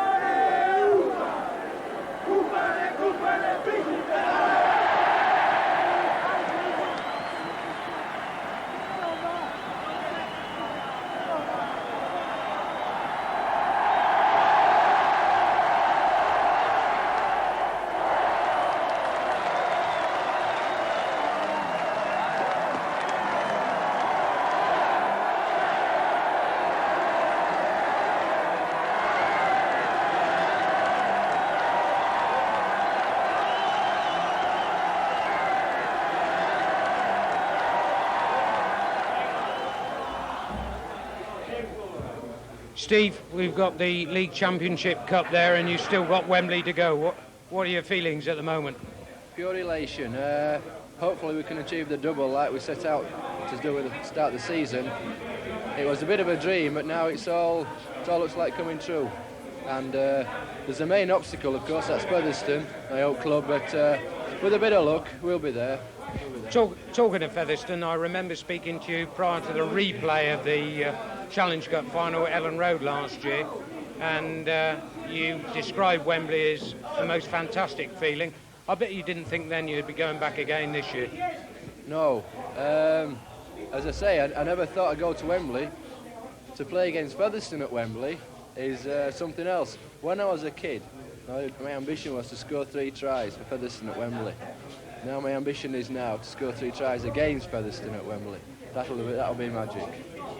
Of course, today you've played Barrow, you've beaten Barrow, you've clinched the league championship, but really, the clinching of the championship occurred on Wednesday night at Headingley. Well, it did, points-wise, but we clinched it throughout the season, and it's with the pack. I feel that we clinched it. We have strength in depth. Ray will tell you as well. We have strength in depth. The pack, you need the pack to tackle you, put you on a basis to win games with the back that those backs carry it out. But I think the pack with Knocker, Mick Crane, Trevor Skerritt, you could go through them all, and they all worked hard, and it is the entire season that has won these rewards, I must admit. For Wembley last season, Ellen Road in a replay, and now the League Championship, and you're at Wembley again. Coming from South Wales, being in Rugby League, this must be something tremendous. Oh, it is. It's a life's ambition. When I came up, I had 3 ambitions. One was to play at Wembley, play against Australia, and play for my country in Rugby League. And I've had the 3, and very lucky, like. Of course, one thinks of a lot of Welshmen coming from senior rugby union sides, but you didn't in fact do that. Can you tell us about that? Well, I came up as a goal kicking full back. A scout asked me where, he just saw me playing, and he thought that I might have a chance of making it. I thought it was a big gimmick, but I came up and had a go, and I'm still here. And you've certainly got no regrets? Oh, no, none at all. No, couldn't have joined a better club. Well, it's my first full season with the club, and I think we've had good results. There's been a hell of a lot of injuries through the season, and there'll be the super fitness from all the players, thanks to Kenny Fox and Arthur, which keep me in tip-top form, has helped recover from match to match. It's been such a hectic programme. Now we're settling down to 1 match a week. Our fitness is really coming out. You notice that with the way Paul Rose is running, the way people are coming onto the bump on the ball now. They're more or less super fit if there's such a way, really, the way they're going. We've also got a very good club doctor, which helps a lot with most of the injuries. A good manipulative doctor. So generally, I think it's been a very good season. I'm looking forward to Wembley now. Of course, most people see the players perform on the pitch, but what they don't see is during the times between matches, the sort of hard work that you sort of have to put in to keep these players fit, which you've just said is very important. Well, it is. I mean, every team has to have a backup man somewhere, and we've got a decent team down here where, as regards the backup, as I say, right through, including the doctor, George Kendall, David Harvey, who's been down helping us with massage, and I think we're all keen enough to be interested in the players, and I think it goes a long way to sort of helping injuries. A lot of players have had to play this season with carrying certain injuries, but they've given enough effort to sort of overcome them injuries, which some players wouldn't be able to play with. Although there's been no real danger to the person playing with the injuries, they've had enough to lift themselves and come through and give 10 good results in. As I mentioned before, Paul Rose is one of the best at that, really. He's picking man of matches awards up, with niggles which people would, cry off with. I just mentioned to Steve here that the sort of support you get at the Boulevard is something absolutely different in it. We've just seen it out there. How does that affect the backroom staff like yourself? Well, I think it's very pleasing to know that there's such a backing. I came from across the river, I suppose, with Kingston Rovers. They had a reasonable following, but there's nowhere near the comparison to the black and white followers. Confirmation then of Hull's title. Just 4 points separated them from old rivals Hull Kingston Rovers and Wigan, with St Helens 4th on 39 points. In the second division, Fulham romped away to a deserved title, thus returning to the first division after just 1 year away. Wakefield Trinity, Salford and Whitehaven went up with them. But it was the Londoners who caught the eye, not least when they put up a stirring performance against the Australians. Doherty looked inside and outside for someone to help him out and then went alone. Del Green back for Gawley. Crossley now, and coming through the line there quickly was Herdman. But they pounced on him quickly. Crossley decides to swing it left to Beverley. Willing workhorse in the pack. Now Bowden. Suto again, who's run well. Diamond, and Barkley's got another chance. He's come inside, and there won't be much. Oh, there might be. There might still be a route to the try line. And he's only just collared by his ankle. Cambriani was alert then. Suto. Bowden tries to knock it on to Tufts. Well, there'll be a gap opening up if they can win the sprint. Now then, is there a dramatic try on here for Fulham? Mbaki's chasing it with Ella, who's there. Mbaki's over. He's got the try. A tragic mistake by Ella, who couldn't ground, he couldn't hold the ball as it slipped away from his grasp, and there'd be no more popular try scored on this entire Australian tour. Hussein Mbaki, the Moroccan, in only his second season of professional rugby league here at Fulham, gets only the 5th try of the tour against the Kangaroos. You'd have thought Fulham had won the cup. The highlight of any rugby league year is the cup final at Wembley. For once, national attention is focused on the game. The build-up during the week is incessant. The teams were given a rousing send-off, and in Featherstone they even gave the kids a day off school to wave their flags and wish their heroes well. And when the teams had their traditional Wembley walkabout, 24 hours before the final, there was a surprise guest to greet them at the great stadium. Australian coach Frank Stanton had been specially flown over by Telvista to be at the great match. He had a chat with Alan Agar, the Featherstone coach, no doubt passing on 1 or 2 tips. And the Aussies certainly had plenty to say for themselves over here. David Topless, of course, is no stranger to Wembley. But Gary Campbell has come all the way from New Zealand. What a moment for him, and what a moment for Keith Bridges, a Featherstone man about to play against his old club. Wembley isn't just a great day, of course, it's a wonderful weekend, and to add to it this year, Telvista decided to award their prestigious new trophy for the Players' Player of the Year at a pre-match lunch in the Wembley Conference Centre. Over 200 players were there, along with so many familiar faces from the rugby league world.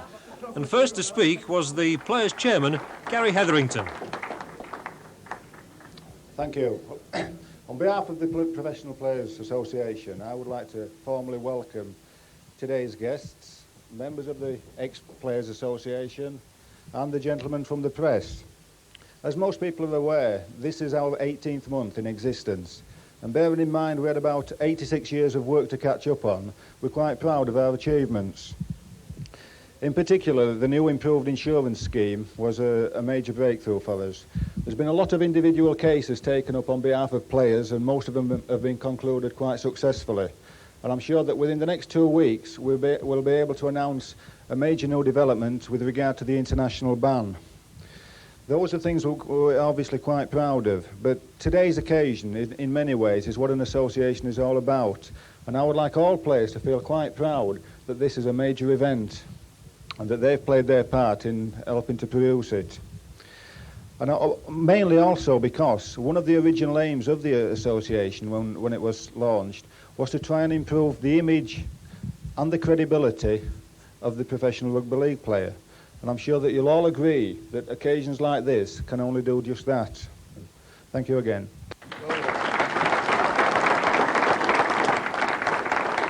Next to speak was the former Minister for Sport, Dennis Howell, MP. I don't believe you can divorce professional sport from amateur sport. I never have believed it, and I spent 12 years as Minister for Sport preaching this gospel. You cannot divorce the standards of sport at the top in any sport from what happens down at the grassroots. When you have great successes in the Olympics with Coe and Overt and others, that inspires masses of ordinary people to have a go themselves. When we win gold medals in ice skating, do superbly well, there's a tremendous upsurge of interest at the grassroots. And the tragedy in ice skating, of course, is that you can't go out next day and build some ice skating drones. It's the same in your sport, it's the same in my sport of soccer. What you do at the top, the standards you set there, the successes that you have there, those are the things that inspire all the kids in the country to have a go for themselves. And that's the great contribution which sport in our country makes to the life of our country. Because in sport, it doesn't matter who we are, doesn't matter what our views are, doesn't matter what our backgrounds are. Sport is the place where we unite the whole of the country, where we all come together, irrespective of our views, irrespective of our background, and we recognise on the field of sport only the quality and the character of the people who are participating. Nothing else matters at all. That's why I'm delighted to be here today on this very first occasion of yours, to see such a happy occasion, to thank you, Mr. Whitford, for what you've done in making it possible. I hope it's the first of many. I don't know who's won the award, but I offer my congratulations to him in advance. But above all, I offer my congratulations to all the professional players in the rugby league scene, not just for what they're doing for their own clubs, but for what they're doing for sport as a whole. And because sport exists to serve the life of the country, what they're doing in the national interest. Thank you very much indeed, and good luck in the future. And now for a new award made by the Open Rugby magazine. To announce the winner, editor Harry Edgar. The winner is David Cairns.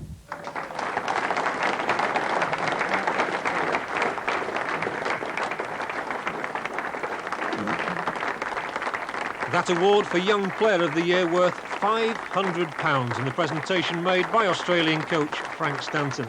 But on then to the major award, and the contenders included Tony Gawley, sporting a real shiner, Brian Noble, Bradford Northern's popular hooker,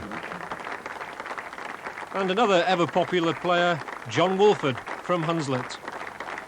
But the winner came from Bradford Northern, Great Britain fullback Keith Mumby, and what a way to crown a memorable season for the young fullback who won his place in the Great Britain side and had such an outstanding season.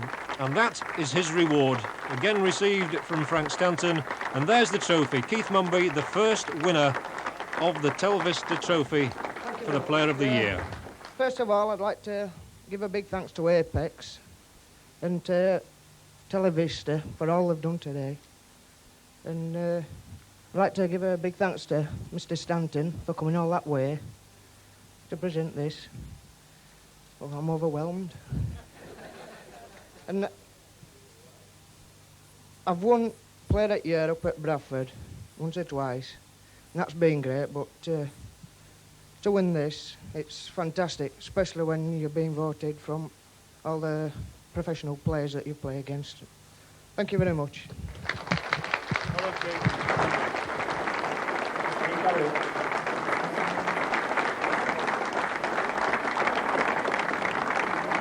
Now, with the final looming less than 2 hours away, we were all ready to hear from the man who'd come furthest of all for the occasion, Australian coach Frank Stanton. I'd like to congratulate the Players Association on the conception of this award. I'd also like to congratulate them on their foresight in having it presented in conjunction with and coincidental with one of the traditional games of rugby league. Rugby league generally needs a well-organised, well-administered and well-controlled voice of the players. And since I've been here, I've been able to witness the people who you've charged with that responsibility, and I must say I'm very impressed. Rugby league generally also needs to encourage the support and sponsorship of business people such as Mr. Barry Whitford, particularly if we hope to maintain a high level of professionalism. More importantly, I'd like to pay particular congratulations to the recipient of the award, Keith Mumby. Surely, in any walk of life or any vocation,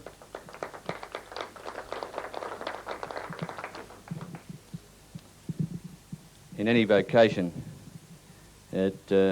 be judged the best by your peers is the ultimate accolade.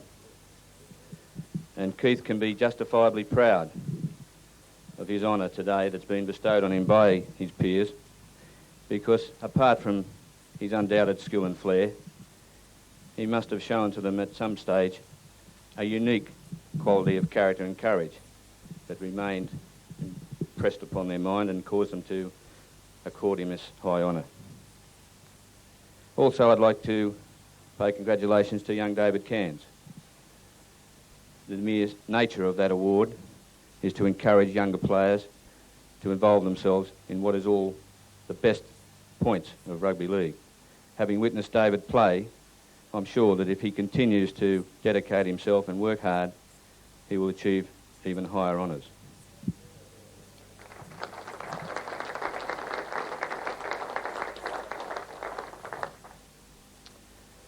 Finally, rugby league is epitomised by its traditional events, such as the one we're about to witness, such as the Sydney Grand Final, and such as the intense struggles that exist between our two countries for the Ashes series.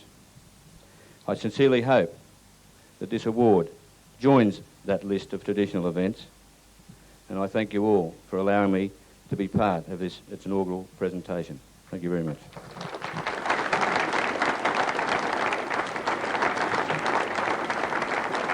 Time for us all to be up and away for the match. And that familiar walk up Wembley Way towards the Twin Towers, the anticipation increasing with every second. Was it to be Hull's day, or could Featherstone achieve the impossible dream? We'd soon know. We're all set then for the 1983 Rugby League Challenge Cup final. Featherstone Rovers kicking from right to left against the firm favourites Hull.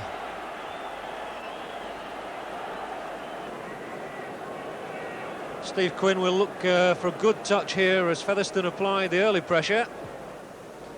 And that's the safe thing to do, just hoof that ball straight out of play. No point in taking any sort of risks at this stage and giving the ball away. So Steve Quinn did his job. Now what else can Featherstone conjure up? Ginger Hudson will be very much involved in the planning at this move as the ball is switched back. Here's Hobbs, oh, the first try! And it goes to David Hobbs. Oh, he's delighted. Hull are a little bit shattered, but David Hobbs, that powerful second rower, has got Featherstone on the score sheet.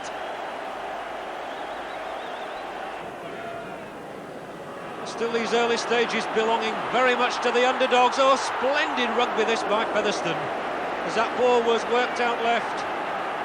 And is that going to be a penalty? It is, against Gary Kemble. He didn't allow his opponent to get up. So the penalty kick from Quinn looks good. It is good. And I think the crowd can hardly believe it. Hull a little bit shell-shocked as they trail by 5 points now. And a very firm signal from the referee giving that penalty to Hull, who've taken it quickly.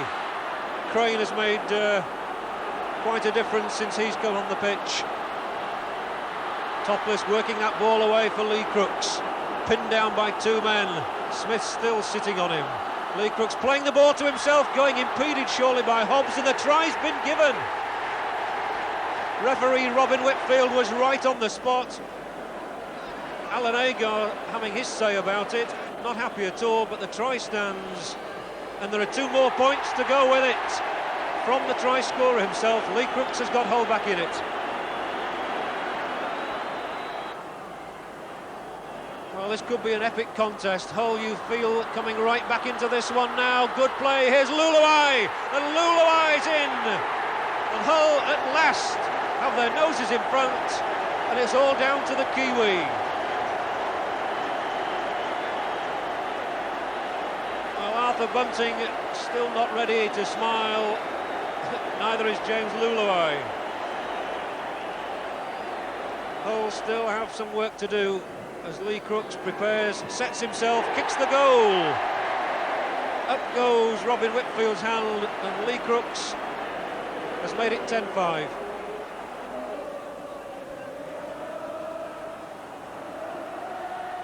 Hull really just beginning to turn that screw, and here's Topless, collared by Hudson, and then almost rammed into the ground by about 3 more Featherstone men.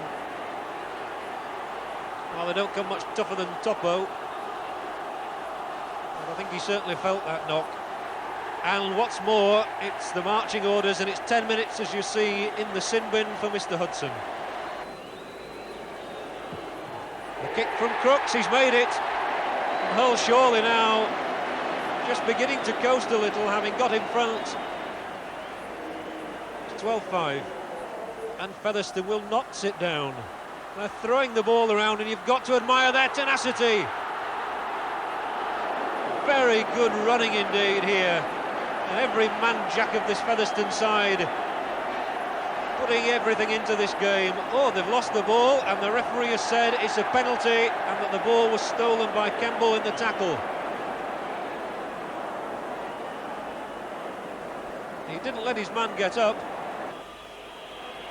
A crucial kick, this one, but Steve Quinn has got a cool head on him, and he's kicked so many goals in his career, but none more vital than this, I suspect.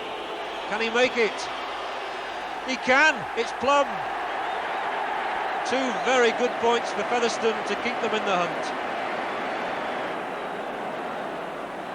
Well, I wonder, can there be a last twist in the tail? As Featherstone, Gibbons, oh, they're wriggling themselves free. Here's Hobbs. Oh, there's a gap. Hobbs is in. Hobbs is there for the Featherstone second try. He could be the man of the match. David Hobbs might well be the match winner here. Featherstone now just 2 points behind, and Alan Agar smiling again. But a lot must now depend on Steve Quinn's kick. It's not a difficult one. He knows the scores will be level if this goes between those posts. And at 12 all, then what a final few minutes we're going to have. Is it going to be 12-12? It is. I thought he sliced it slightly off the boot. It doesn't matter. It's 12 apiece, but we can hear them in Featherstone.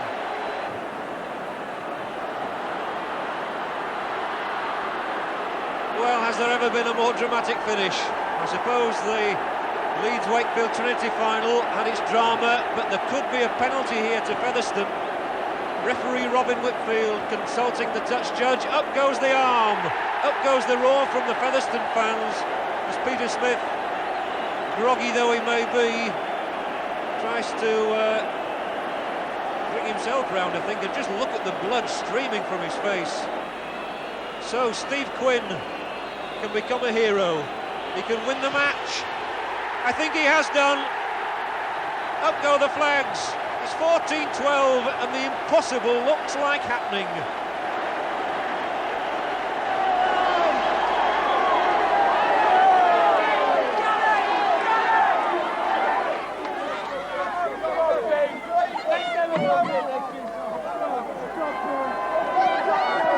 Peter, a fantastic feeling for you, I'm sure, this.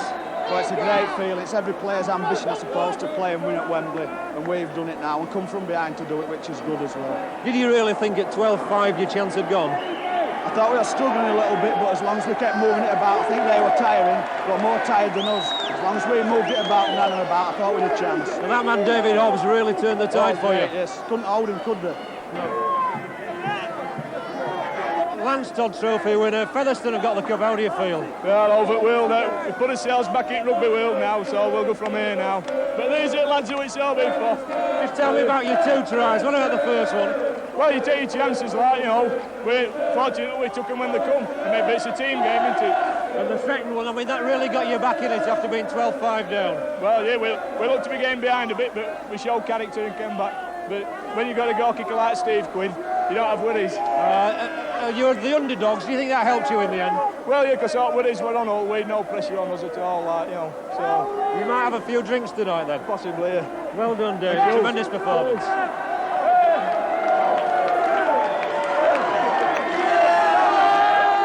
Not much question. This must be the highlight of Terry Hudson's career.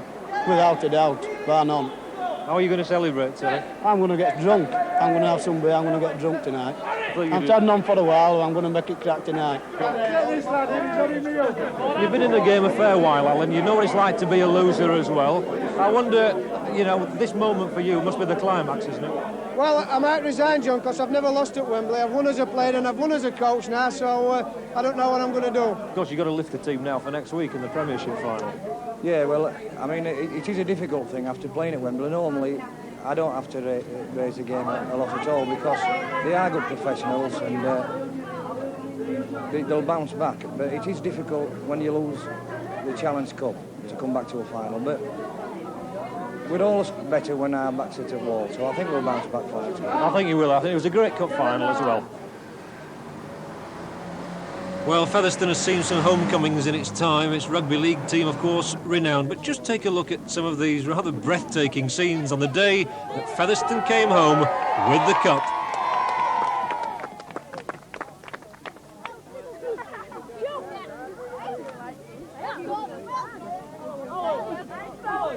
Jenny, get a cup here for the folks. Get a cup. Take it over.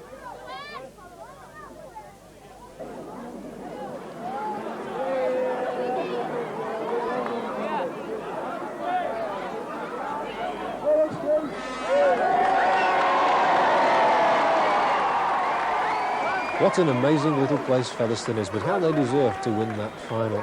Alan Agar inevitably figured among the award winners a couple of days after the dream had come true, when Trumans held their Man of Steel presentation evening at Wakefield. The 1983 Trumans Man of Steel took over a homespun and fashionable team doomed to relegation, transformed the traditional style of play of those same players, secured First Division safety, became the cup giant killers, and against all the odds pulled off the biggest ever shock at Wembley. Alan Agar! Getting used now to walking up and receiving the accolades. Alan Agar, Truman's Man of Steel. His second award in the space of 3 days. And the same could be said for Keith Mumby, the First Division Player of the Year, following his award too on the Saturday at Wembley. Steve Nash of Salford was the Second Division's Player of the Year. And the Referee of the Year, Robin Whitfield, the man who'd been in charge at Wembley. And the last award went to the Young Player of the Year, Bradford Northern's Brian Noble. On then to the season's final curtain, and what drama Headingley witnessed once again as Widnes and Hull clashed in the Premiership final. Hull going for their third trophy of the season and trying to erase Wembley from their minds. Widnes going for a record third win. How they play the ball, it's Bridges. And all very much involved here, the Hull players. They've lost the ball now unless Topless can do something as he picks it up and scampers towards that line. Oh, he's fought off 2 challenges. Topless is making it. What a good try, a real standoff try. He shouldn't have got to the line so far as Widnes were concerned, but that is typical Topless. And Hull at last have the lead 3-2. Well, Widnes not so happy, but Hull obviously much more pleased. Now then O'Neill for Widnes. Caught that time. Challenged by Bridges and by Skerritt. Adams, oh, what a good long pass from Mick Adams, so adept at that sort of a pass, and Myler's going to capitalise on it. Fine try by Myler, so we've seen 2 tries from 2 standoff halves at the peak of their form. Gregory. Again, Myler's very much involved. Here's Burke, oh, good strong running from the Widnes full-back, and that ball must get eventually switched out to the wingman, and he's in for the try. So happy. And Widnes in front for the first time in the game.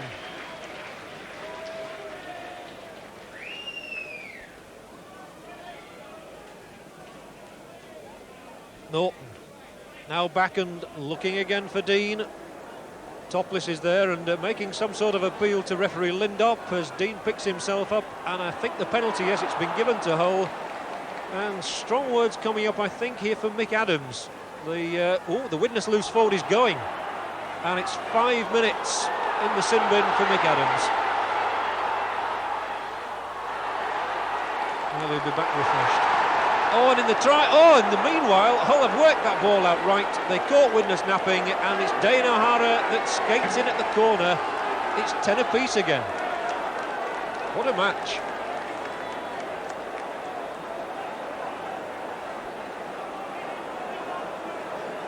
Now Mick Adams, his presence felt since he returned to this game. Gregory, good running here from O'Neill, who found a little gap, works that ball away, and here's Myler once more. Oh, so strong, good running from Myler, still going, trying to find any way through he can, and he's eventually slipped that ball out, and Basnett's going to make it. His second try, and he's delighted. And a toothless grin from Elwell. 15-10. now then. Widnes really hammering away at that whole line now. Hull appearing just a little demoralised as Myler once more goes for the line, slips the ball. Gregory, good try. And it looks as though Hull, dejected a week ago at Wembley, are going to be disappointed again here at Headingley. But pure joy for the Widnes supporters. It looks as though their side are going to carry on their remarkable record of winning trophies.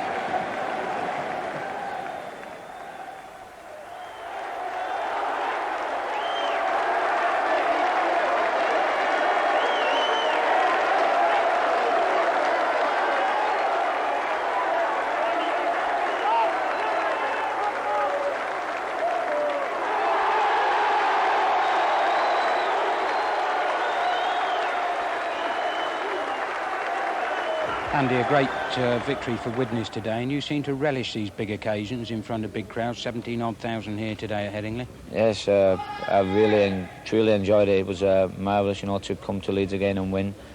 I thought, you know, the forwards was unbelievable. You know, they really got on top, and then Tony Marler, you know, the standoff, you know, he excelled himself again. You know, just shows to people, the critics who do call him, that he is really, you know, truly a marvellous standoff.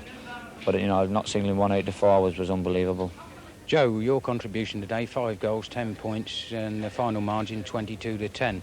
And a lot of people don't generally appreciate the importance of goal kicking, but today you were very, very consistent indeed.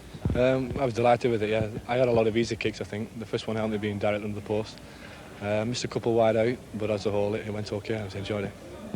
The performance of Widnes today, speaking to some of your colleagues, it was well and truly a team effort. The forwards really worked hard, but the back division tackled very well as well, didn't they? This is something we decided in training and previous, that we had to knock them down. The first 20 minutes were crucial, and to get up there and keep at them. After the defeat at Wembley, we thought, you know, if we get in as a team and play as a team and tackle as a team, then we couldn't go far wrong. Of course, you're one of the bunch of young players coming through in this Widnes side, and quite a few of you have been tipped to go down under to Australia. Another season to go yet to prove yourselves to Coach Frank Myler and manager Dick Gemmell, but obviously you must have a trip down to Australia in mind. At the back of my mind, yeah, obviously next year I'll go all out to impress. I'd love to go on that trip. It's like a dream, you know, to go there. So, like I say, next season I'll be there trying my best to go. Tony, not only a great victory against your old opponent's Hull, but personal triumph for you today, Man of the Match award. How did you feel about that? Over the moon. It was a team effort, but luckily enough I made a few breaks, and that's probably what swung it my way. There were 2 or 3 others that played above themselves. Like I played above myself today, and it came off. We had a great day. Apart from that, a lot of people, of course, are making comparisons between yourself and David Topless with a Great Britain job in mind. So, on this occasion, you certainly came out on top. Well, luckily enough, today I came out on top. But David's a good player, and when Hull are playing well, he's hard to beat. But if they're not playing too well, you don't see a lot of David. But he's a good standoff. He's I like playing against him, and hopefully he likes playing against me. So that was where the honours went. Widnes kept up their remarkable record of successes over many seasons. But what is the state of the game in this country? Well, that's a question I put to the Rugby League Secretary-General, David Oxley. I'm very optimistic about the future of the game, John. It's true that last season, both on and off the field, there were a lot of very hard lessons to be learned, but I've detected a real willingness and resolution to learn those lessons and to apply them for the greater good of the game in the future. Can we anticipate any major changes coming up? Yes, certainly. For instance, in the structure of the government of the game, we shall now run our day-to-day business with an elected 9-man management committee, leaving the council of 34 members as the supreme governing body, which is quite right, but they shall meet less regularly, but with plenty of time on their agenda to consider the wider and most important issues of the game's future. Well, there certainly was a lot for us to learn from the Australians, wasn't there? I mean, when they came, they proved that we were second-rate. Absolutely right, John. It was a lesson in basic rugby league football at its best. The basics of backing up, slick passing, good organised tackling in defence. These things we perhaps have lost to a certain extent in our game, or not paid enough attention to. It was basic football, sustained for 80 minutes and at great pace. and this is what we've got to learn ourselves. And certainly in the second half of the season and during the summer months with the international squad, these lessons are being very, very thoroughly applied. And I would think too, in terms of fitness techniques, we've a lot to learn before we go to Australia next year and try to bring back the Ashes. Yes, a fit team isn't always a winning team, but certainly in modern six-tackle football, particularly with the new laws to be brought in at the beginning of the 83-84 season, the game is very, very swift, and you've no chance of success unless you are super fit. And certainly right through the long summer months, the squad of 44 are training very hard on personalised individual training programmes, coming together 3 or 4 times for long weekends at Carnegie. And I must say the willingness of the young players, I think their average age is about 23, to adopt themselves and to get themselves into the right shape and condition has been admirable. This is a rugby league programme, but I don't think that should allow us to cloud over one issue, which is the declining gates. How disturbed are you about that? Yes, it's against the trend of the previous 6 or 7 years, not entirely unexpected. The recession is biting deep. Last season, although the winter was relatively mild, we had a succession of lousy Sundays. It was very, very wet. But those aren't the main reasons. The main lesson to be learned is that crowds will turn up in large numbers to watch high-class rugby league played in decent surroundings. They'll turn their back on poor class of football with a low level of skills and half-hearted commitment played in squalor.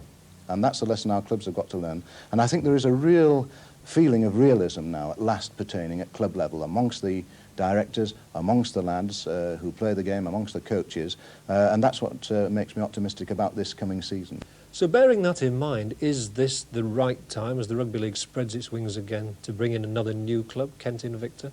I think you've always got to take the chance. Where there's enthusiasm and where that enthusiasm is based on solid ground, you've got to take the chance to expand your game. Certainly, there've no doubt in the past been better times for expansion, but I'm confident that Kent will go very well. They've got the right management team there, they've got tremendous enthusiasm based on realism, and they've got a very good and strong catchment area down there in Kent. Not a lot of competition, particularly for a winter-based Sunday sport.